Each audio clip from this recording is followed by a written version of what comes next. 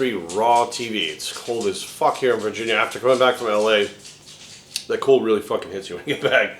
But anyways, this is going to be the last video I make about this 5% stuff because I think by now people know that I'm still on good terms with them, and I don't think that they're doing anything wrong. I really don't. I mean, that's just my personal opinion. It's a business thing, not a personal thing.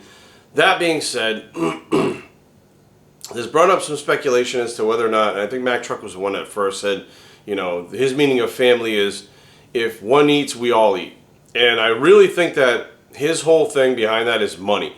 Money-based. And I'm sitting there going, everything I'm hearing about the Mack Truck thing is money-based. It's not about friends. It's not about family. It's about money. And money destroys fucking families. I'm telling you right now, more than one time I've heard of a person getting money and family members step up and trying to borrow, and can I have $1,000? Can I have $500? Let me borrow $100, blah, blah, blah, blah, blah. And, you know, if you don't give them the money, they freak the fuck out because they're like, well, fuck you, we're not family, we're supposed to be family. If you give them the money, they never fucking pay you back, and you don't say anything because you're like, or if you do say something, you're the asshole because they don't have the money to pay. Anyways, it just all boils down to fucking money. And I'm here to tell you right fucking now, 5% in those guys, to me and girls, were never about fucking money. It never was. You know, yes, I had a contract, yes, I had what I asked for, and I was happy with that. Were other people making more? Fucking, of course they were. Was I going to argue about it or piss and moan about it? No, I asked for a certain amount, I got it. But here's the thing.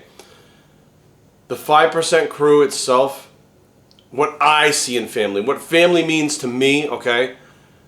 When my father died, I had people that were part of 5% that are no longer 5%. Now, I had other people too contact me and not just give me their condolences, but go way the fuck out of their way. When I got married, they did the same.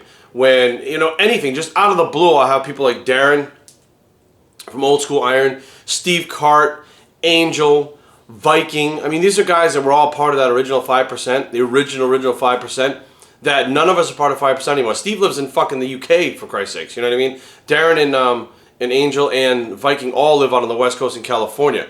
Rich himself, Piana. These are the guys from 5% that call me, text me, email me, hit me up on social media randomly out of the fucking blue for no reason at all, just to say what's up.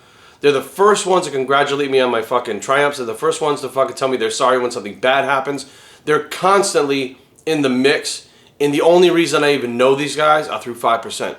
Now, to me, what family means to me are those that support you when you're at your fucking lowest, those that are there to share in your triumphs when you're at your highest, and those who believe in you and stand behind you all the time, no matter what. And that, Katie Slaughter's another one. Katie's still with 5%. She lives in Texas. She'll be the first one to be like, hey man, congratulations on this. You know, a couple weeks ago, she hit me up and said, hey, you know, I'm getting married next year. I hope you can make it to the wedding. You know, Katie, I know through 5%. You know, I have a good relationship with her because of 5%. I have a good relationship with all of these people because of 5%. And none of us, well, most of us are not 5% any longer, which means that there's a bond there through 5%. Now, we may not all be blood family, but if one of those people called me up and said, I have a problem, what do you think? Could you help me with this? I'll take that fucking phone call. Are you kidding me? Of course I'll take that fucking phone call. You know, and I've had 5%ers, former 5%ers contact me with certain things that they don't want other people to know that's going on. And you know what? Yeah, I fucking talk to them. No, I don't fucking tell anybody else about them. What the fuck? To me, that is family, and that was forged through 5%. And that's something I'm telling you right now is never going to fucking go away. And they don't have to call me every single day, but, you know, randomly when they pop up to show that they still support you and they're fucking thinking about you, excuse me, I'm just going to fucking burp in the middle of a video. That shit that Mack Truck didn't talk about. You know, that shit that Mack Truck didn't mention.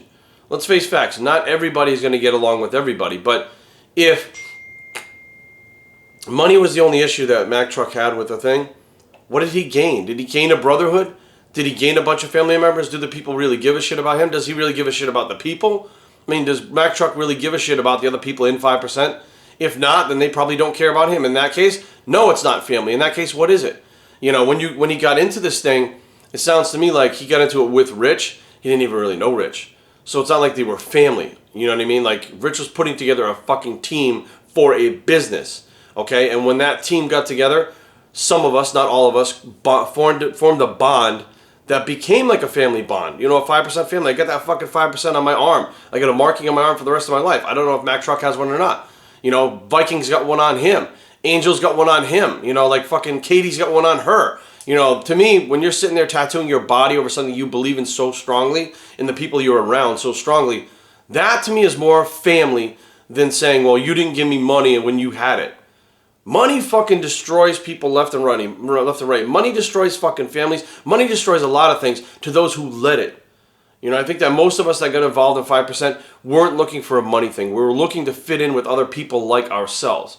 You know, people that in the fitness industry, yeah, we all like to lift, but, you know, let's face facts. There weren't heavily fucking tattooed motherfuckers out there. There weren't people just saying what the fuck they want to say, being themselves out there. They were all blending in and trying to be carbon copies of one another. Now, you know, with the 5%, there's a lot of people trying to be like 5%, but when it all started back when we all got in there, you know, it was like, we're all like this and we all like to train and stuff, and, you know, we really don't fit in with these other people, but we fit in here. My first time at the 5% booth, Jake, Big Boy, who's a Strength Cartel now, Angel, Viking, Juicy J, Darren, all these guys, within 5 minutes of being at that booth, I felt more comfortable than I had been in any other fucking booth or around anybody else in the fitness industry in the whole time I've been in it. Because I knew that each one of us have individual backgrounds, but we were all the fucking same. You know what I mean? They accepted me as soon as I walked in. It didn't matter if I had tattoos. It didn't matter anything.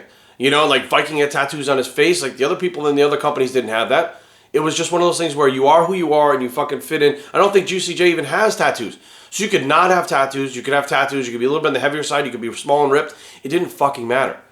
You know, you were just who you were, and because you were who you were and you were original, 5% accepted you because of that. And that's what it was fucking all about, and that's what it is about now. People fuck with bust Rich's balls about, you got people sponsored by 5%, they don't even look like they fucking lift.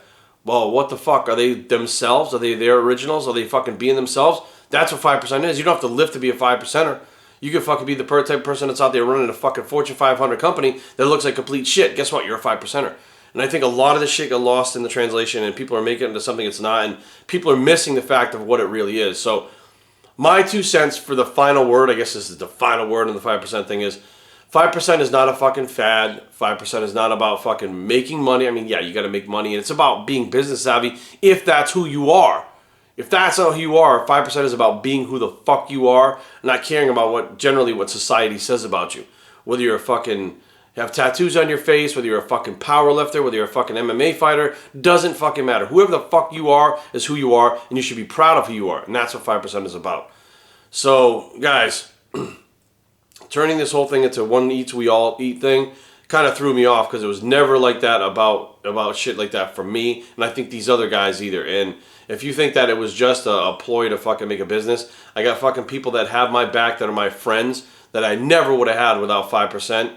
And that shit, I'm happy about and I'm proud of. BioStrengthTraining@gmail.com. Leave comments down below, but don't fight. www.biostrength.com is a blog. It's a 5% bicep is still here, and we're out.